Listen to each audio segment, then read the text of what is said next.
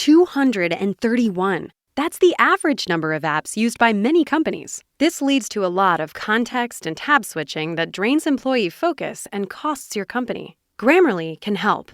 Grammarly's AI works in over 500,000 apps and websites, making it easy for your team to write clearly and on brand without disrupting workflow. Join 70,000 teams who save an average of $5,000 per employee per year using Grammarly. Go to grammarly.com/enterprise to learn more.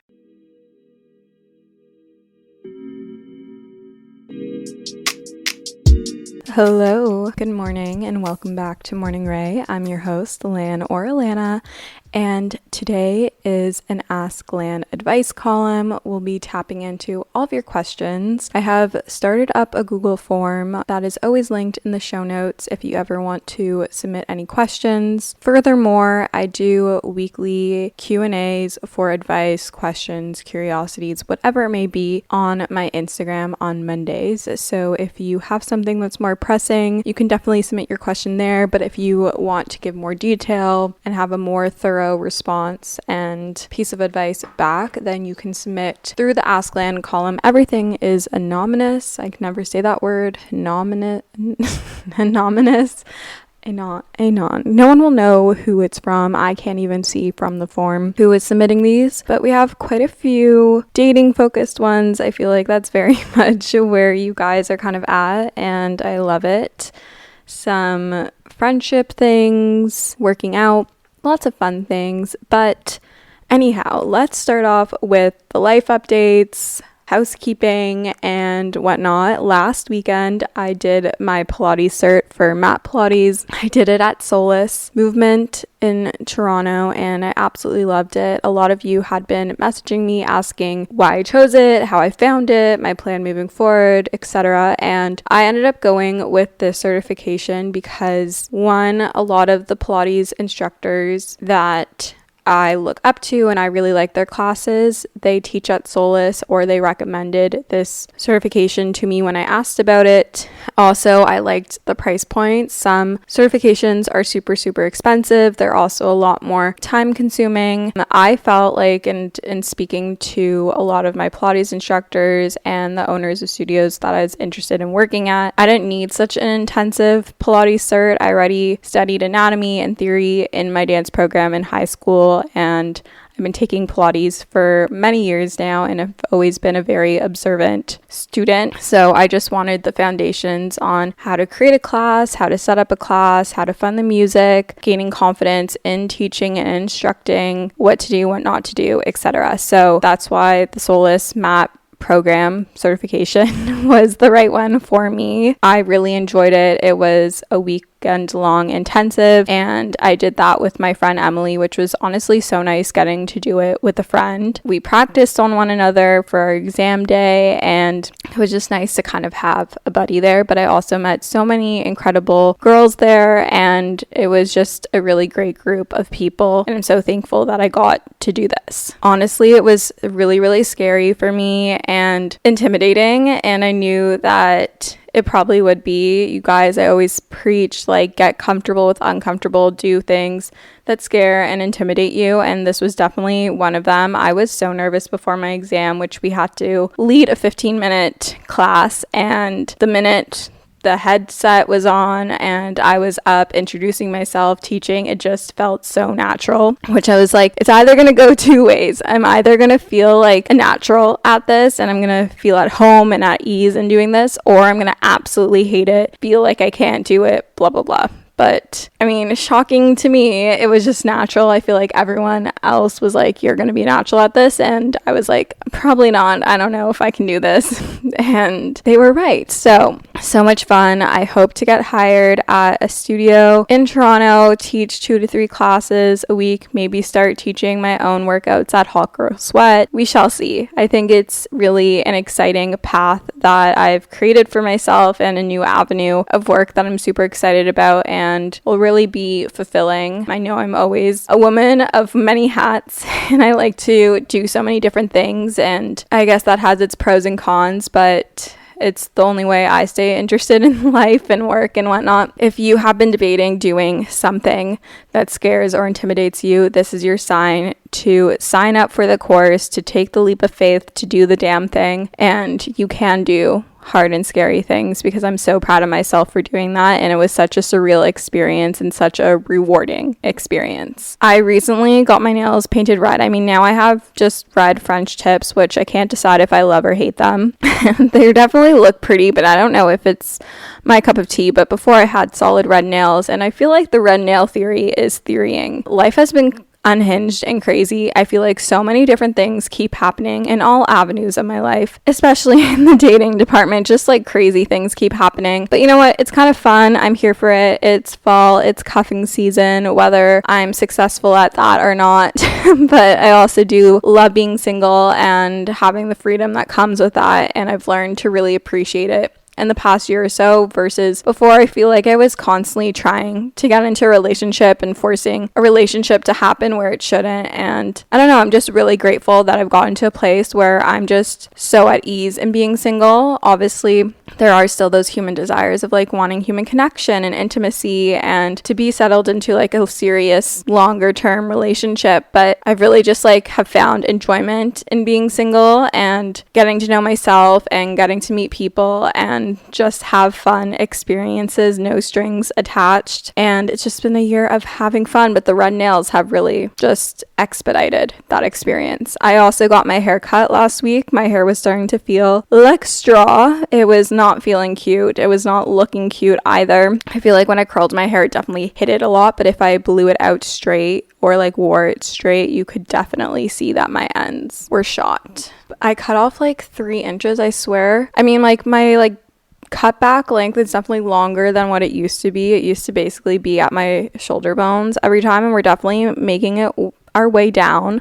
But my hair was so long before, and now it's short again, but it does feel so nice. If you haven't gotten your micro trim or trim, go get it. It will help your hair grow longer. It will feel so much healthier. It will look so much better, and nothing is more satisfying than getting a haircut that like really flatters your face shape and the way in which you like to style your hair. My front pieces were getting so long that they were just laying flat and they weren't framing my face the way I wanted to have them frame, and it feels so much better now that they're more bouncy and lifted and my hair feels more voluminous and thick again and healthy. Last week I also did a photo shoot with House ID, which is House Concepts, a gym in Vancouver that's opening up in Toronto. It's their athleisure brand. They have like workout sets and sweat sets. A lot of the sweat sets I have are actually from House, like that cobalt blue set that I wear a lot is from House. It's always fun playing model and getting your hair and makeup done and playing and taking photos and wearing all these fun things. That was super, super fun. I always like to take advantage of those opportunities when I have them, and it was so much fun. I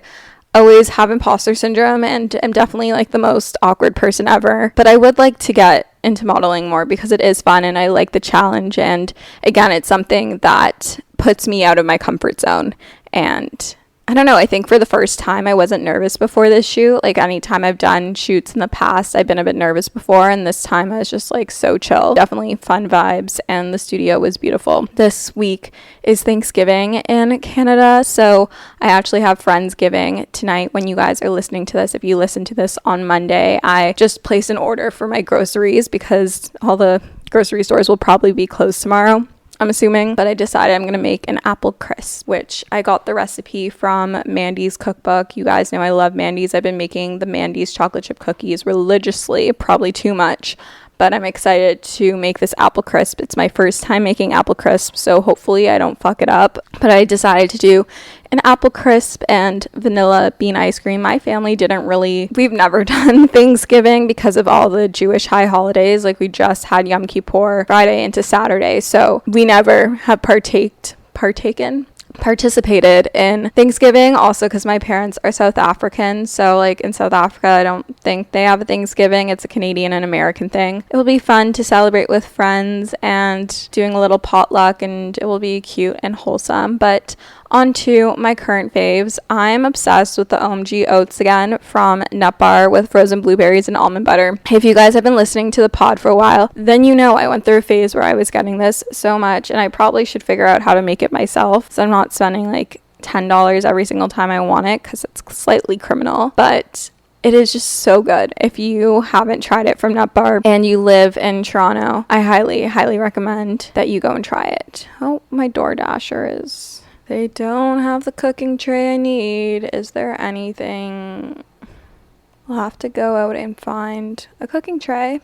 But anyways, obsessed with the OMG oats. Obsessed with my new sweat set from Roots. I got sent the Cloud cargo sweats and the Cloud hoodie, and they are so comfy and cute, and I think it's so cute together. I've never been like a huge fan of cargo sweats. I don't know. I just something about it kind of looked cheap to me in a way. I know people love the Aritzia ones, but anyways, I do really love this set. It's so comfy. It's the Cloud sweat line, and it's so good. I also, guys, 2 years ago or so, I don't know when it was, I was due for a new electric toothbrush. I originally had some Oral-B electric toothbrush. This company sent me an electric toothbrush, and I was like, great, I don't have to buy one now.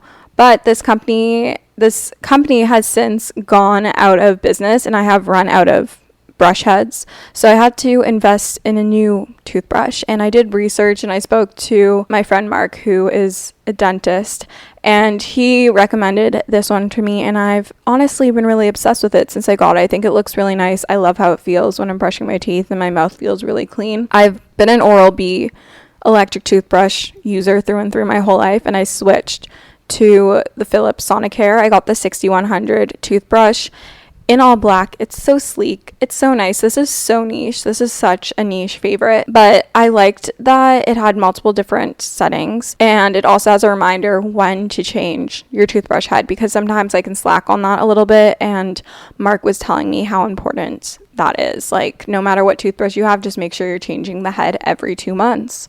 Did not know that. I always just like looked at the bristles and paid attention to when I needed to change it, sometimes a little too late, but I like that it has the reminder. Also been obsessed with weekly run clubs. I've been trying to go to a run club once a week, just like a 5K easy social run type of run club. This week I'm going to the New Balance one.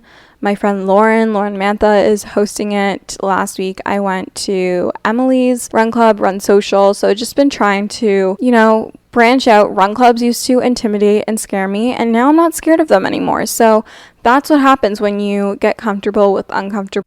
I feel like my list of things to buy, to do, activities that involve spending money is never ending around the holidays, making the idea of investing and saving and thinking about your future to be a little bit more challenging, a little bit more overwhelming. Acorns makes it easy to start automatically saving and investing for you, your kids, and your retirement, even during the holidays. You don't need to be an expert. Acorns will recommend a diversified portfolio that matches you. You don't need a ton of time. You can create your Acorns account and start automatically investing your money in just 5 minutes. You don't need to be rich. Acorns lets you get started with the spare money you've got right now. That could be $5 a day or even just your spare change. That's right, Acorns can round every purchase you make up to the dollar and automatically invest your spare change for you. And you can get bonus investments just for buying the stuff you need from the brands you love. I personally love Acorns. It's simplified the investment process, which can be overwhelming and intimidating, but it just makes it so simple, so easy, and something more accessible no matter how much money you have to invest. Head to acorns.com/Alana or download the Acorns app to start saving and investing for your future today. Paid non-client endorsement. Compensation provides incentive to positively promote Acorns. Investing involves risk. Acorns Advisors LLC, an SEC registered investment advisor. View important disclosures at acorns.com/Alana. I'm super excited about today's sponsor. They've sponsored the podcast before, and this is a topic I'm super passionate about. I fear that us as girls struggle with PMS far more than we should, and we really shouldn't. I truly get the worst PMS symptoms. My boobs are sensitive, my face breaks out, my sugar controllings are out of whack. I feel like I'm just a bottomless pit. My mood is not the vibe, and Estro Control has been super helpful in helping manage those PMS symptoms and making that time of the month a lot more enjoyable. Estro Control is a formula developed by Happy Mammoth, a supplement company dedicated to making women's lives easier. Say no more. Estro Control contains science-backed herbal extracts that help support hormonal health, especially if you are someone like myself who struggles with PMS. It was created to help women feel like themselves all month long and to not struggle with the feelings PMS can cause. For a limited time, you can get 15% off your entire first order at happymammoth.com. Just use the code Alana at checkout. That's happymammoth.com and use the code Alana for 15% off today. The things that once scared you now become a part of your regular routine in life and are no longer scary or intimidating. So if you take anything from this episode, I want you to do something this week that scares the living heck out of you, and do it and embrace it. Embrace the fear, move forward to fear. You'll come out the other side so much stronger, so much better. And then my last favorite is baggy jeans and knit sweaters. I used to never wear any knit sweaters. I don't know, I just never really liked them on me, but lately I've been in such a knits and baggy jeans vibe. It's comfy, it looks put together, it looks better than sweats on sweats. My friend Liz has honestly been posting dress the way you want to be dressed, and I've really been taking that to heart lately. And honestly, it's a mood booster when you put on a cute outfit. You feel so much more confident, you stand taller, you have a more positive, vibrant energy about yourself. Find your own unique style, and I love fall because I feel like you can play with layering and colors and fabrics and stuff, and it's not too hot, and you can play with jackets and accessories, and it's super, super fun. But nonetheless, let's get into the reason you clicked on this episode. Ask LAN. We have about 5 questions, I think. So let's start off with the first one. Dating stress. I feel like everyone is constantly asking me about if I'm dating or have oh my god, I can't speak, or have a boyfriend. All my coworkers are older, and it's the only thing they ask or use to strike up a conversation. My family always bugs me because my younger brothers both live with their girlfriends.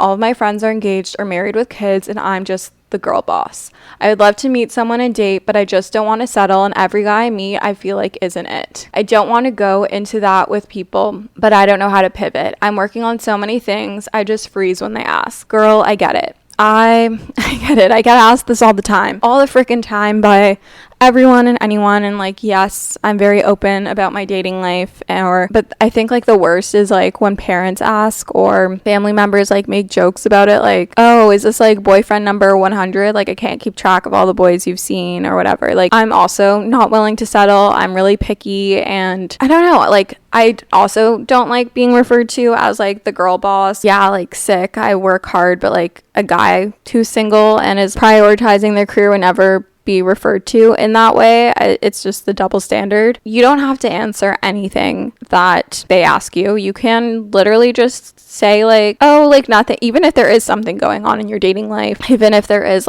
a relationship blooming, or even if there isn't, you could just say, oh, nothing's really going on right now. I actually have this amazing thing happening, or I've been working on this, or I've been doing this, or I don't know, just you can just change the conversation topic as you would with anything else. You don't have to feel pressured to give them this answer. I mean, you're not always asking them about their relationships and their marriage and who they're dating and their partners. There are so many other parts of you that are so interesting and make you you, and it doesn't have to just be who you're dating, who you're seeing, what your relationship status is. We are multifaceted humans, just as the people who are in relationships. I get that it can make you feel shame for not being in a relationship, or make you feel there's something wrong with you or you're behind. We are all on our own timelines. You are okay with being single. There's nothing wrong with not wanting to settle. Honestly, majority of people who are in relationships are settling, and I don't know, I'd rather be single than settle for a relationship. I feel like you and I are very much the same, in the sense that we rather be single than just be in a relationship for the sake of being in a relationship. I think also just be open-minded to people and give people a fair chance, a fair shot, and to not just shut down people so quickly. I'll take that advice for myself. But I wouldn't let it get to you too much. And if you feel it's always something that's being asked all the time by the same people, you can say something like, I'd appreciate if you didn't ask about my dating life unless I bring it up. And I've said that to my parents before because I feel like my parents ask a lot, or if I do mention something, then they continue to bring up that person. And I'm like, okay, like I did tell you, like I gave you an inch, don't take a mile. I will bring up this person if I want to bring it up and if I want to discuss it with you, but I don't want you asking, especially not at this point. It just makes me feel pressured and build it up to be something more than it actually is currently in my head. But just like communicate. There's nothing wrong with setting that boundary. You were allowed to set that boundary and just own it. But I totally get being unsure how to like pivot the conversation and freezing when they ask. You can just say, I simply just don't want to talk about it. Can we talk about something else? Or like just change the conversation, or there is nothing wrong with asking that. On to the next. Also, I'm sorry if my voice is not the best today. I kind of have a cold and it's definitely making my voice a bit raspier. I swear every single time I open Hinge, I'm just so icky. I hate this app.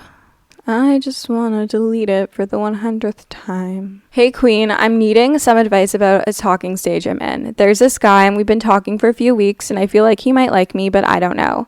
I feel like I've been putting him on a pedestal and get really nervous around him when I shouldn't. I doubt everything I do and feel so self-conscious around him, and I don't know how to stop or how to get him down from the pedestal. Help, XOXO. Girly, I feel you. I know how it feels to feel all these feelings and to kind of just be spiraling about a guy, but I think you need to reframe the way in which you're looking at this. Instead of thinking, does he like me? Think about, do I like him? Do you actually like how you feel around him? Do you like talking to him? Do you have fun with him? Are there character traits about him that you like, not the other way around? It doesn't matter if he likes you or not. All that matters, like to begin with, is do you even like him, or do you like the idea of him? Focus on bringing yourself back down to reality and only base your judgment off of factual information, not this idea that you have made of him, not this perception you have of him, this story that you've created surrounding him. You should be on the pedestal. You are the prize. Do you like him? Do you like how you feel about him? If you notice you're sitting here thinking about him so much and if he likes you and what's going on, blah, blah, blah, try to redirect that energy into yourself. Focus on doing things that you love and things that make you feel good and things that fill your cup up. Kind of look at like seeing him and dating him as this cherry on top. It's this bonus, it's this addition, this little sprinkle that gets added into your already full cup. I think like also if you are doubting everything and you're feeling self-conscious around him, that is not your person. I think you will feel like confident in yourself and sure of what you're doing and just like you are your authentic self around the right person. Anytime have felt extremely nervous or anxious around a guy continuously or self-conscious or like in my head a lot, that relationship, no matter the seriousness of it, has never played out well. It's never worked out.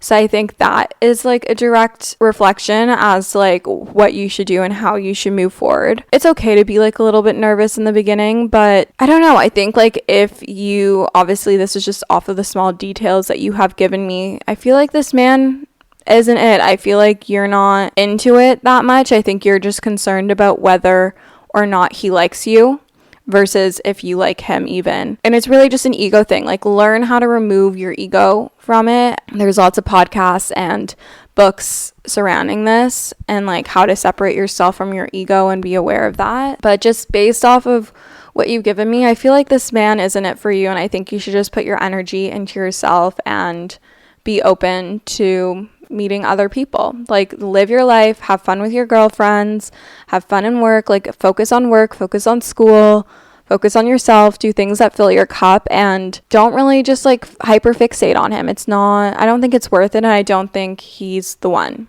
I want to go out and do more things, like go out for a drink or dinner or just anything, but my friends like to stay in. I know there's nothing wrong with that, but sometimes I'd like to change it up, but I don't have any other friends who are willing to do those things with me, and I don't want to go alone. I think this is like kind of tough, and I totally understand that. But I also don't think there's anything wrong with like doing those things alone occasionally. I think it would be a confidence boosting thing, and who knows, maybe if you're sitting at a bar by yourself, you might meet a friend who is also looking for someone who wants to do these things. I don't get why like your friends don't ever want to go. I mean, you can do both. Like you can have dinners at home, host like a nice meal together, or make drinks together at home and have like a wine night or cocktail night or something. I don't know, like I get like wanting to stay in, and also life is expensive and things, but maybe downloading something like Bumble BFF and like finding friends who like doing those things, or finding Eventbrite events in your city doing things, or go to like a cocktail making class, or I don't know, or maybe like go on dates and get to do those things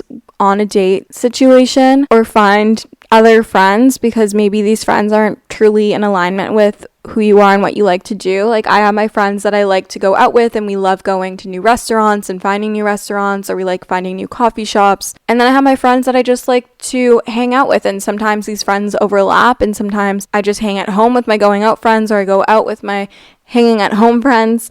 But I think just like communicate and ask if they would like to just like do something sometime, and explain how fun it could be, or like show how excited you are about these things and like why, and like kind of sell it and see. But there's also no harm in doing these alone sometimes. Like I know obviously it would be more fun to go with a friend and to do it with a friend, or go with friends, but you can also do it alone. My expectations from people is too high, which in ends hurts me a lot. How can I change myself, because I like being pampered, which I hate, but I don't like to rely on others. Hope you will see it and reply to it. What I have learned is there is nothing wrong with having expectations as to how you want to be treated by other people, but you also can't expect yourself from others. You shouldn't feel guilty for wanting to be pampered and wanting to have certain expectations as to how your friends and partners treat you. But if those needs are not being met by the current people in your life, maybe you have to reevaluate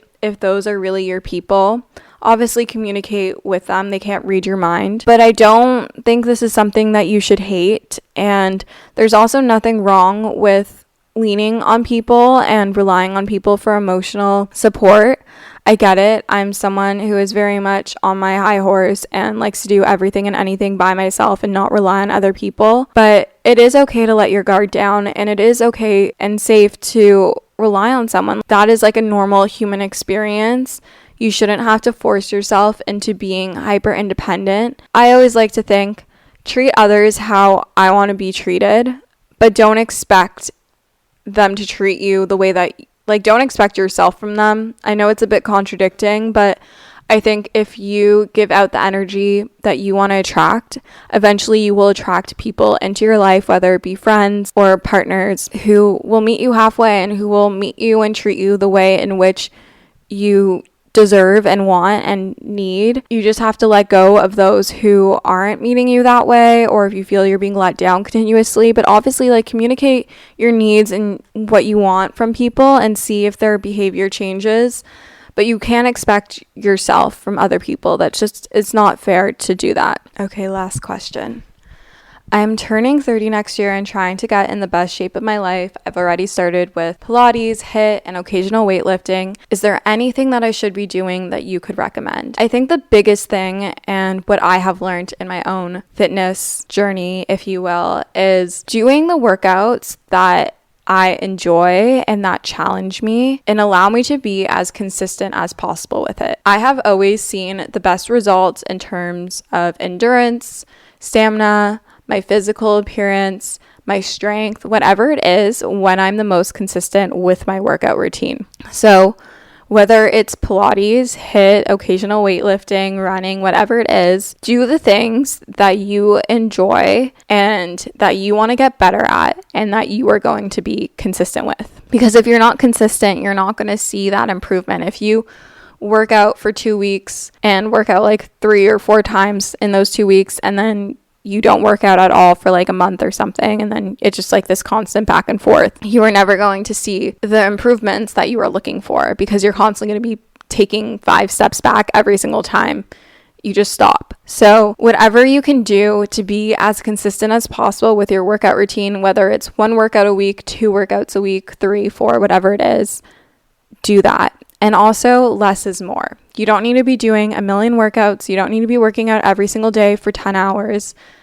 find what you enjoy and what your body responds well to as well. Like when I was lifting super intensively and training very intensively with running, my body did not like that. I also dreaded so many of my workouts. It was constantly putting my body in fight or flight, and I dreaded it. I was not super consistent with lifting. My body was inflamed and tired all the time. And yes, there's a time and place for training super intensively like that. But since I've switched to doing predominantly Pilates, whether it's mat or reformer, doing the occasional HIIT class or boxing, running once a week for like 5K, I have never felt stronger. My arms have never been more toned. I feel like my abs are the most toned. I feel like I finally have that body that I've been working towards my whole life, and I feel really strong and I feel fit. Like I feel capable of lifting heavy, of running, like whatever I want to do. If I need a hike, like my fitness level feels functional. And that took a lot of trial and error, but my biggest piece of advice is to find whatever form of movement you enjoy and you can be consistent with, and continuously work on getting better and stronger and being challenged in that movement. If you are just lifting the same weight every single time, if you're never pushing boundaries, you're never going to build muscle. You're never going to really see that difference. You have to constantly push yourself outside of your limits so that you can come up to a new level, and then making sure that the way in which you are eating and prioritizing recovery supports the workout routine that you are doing. Prioritizing protein and whole foods, having carbs before you do cardio, making sure you're getting adequate sleep, making sure you're drinking enough water, that you're getting electrolytes if you've done a really strenuous exercise or you've been in a hot room or something like that. Going to the sauna, getting massages or foam rolling, like really prioritizing recovery is super, super important as well. But just be as consistent as you can when it comes to your fitness regimen, and that is how you will become your fittest, healthiest version of yourself. I hope that this episode was helpful to any of you who are listening. If you like this episode, please leave a rating or review. That's how you can help support the podcast. I love you guys so much, and we'll chat soon. Bye, guys.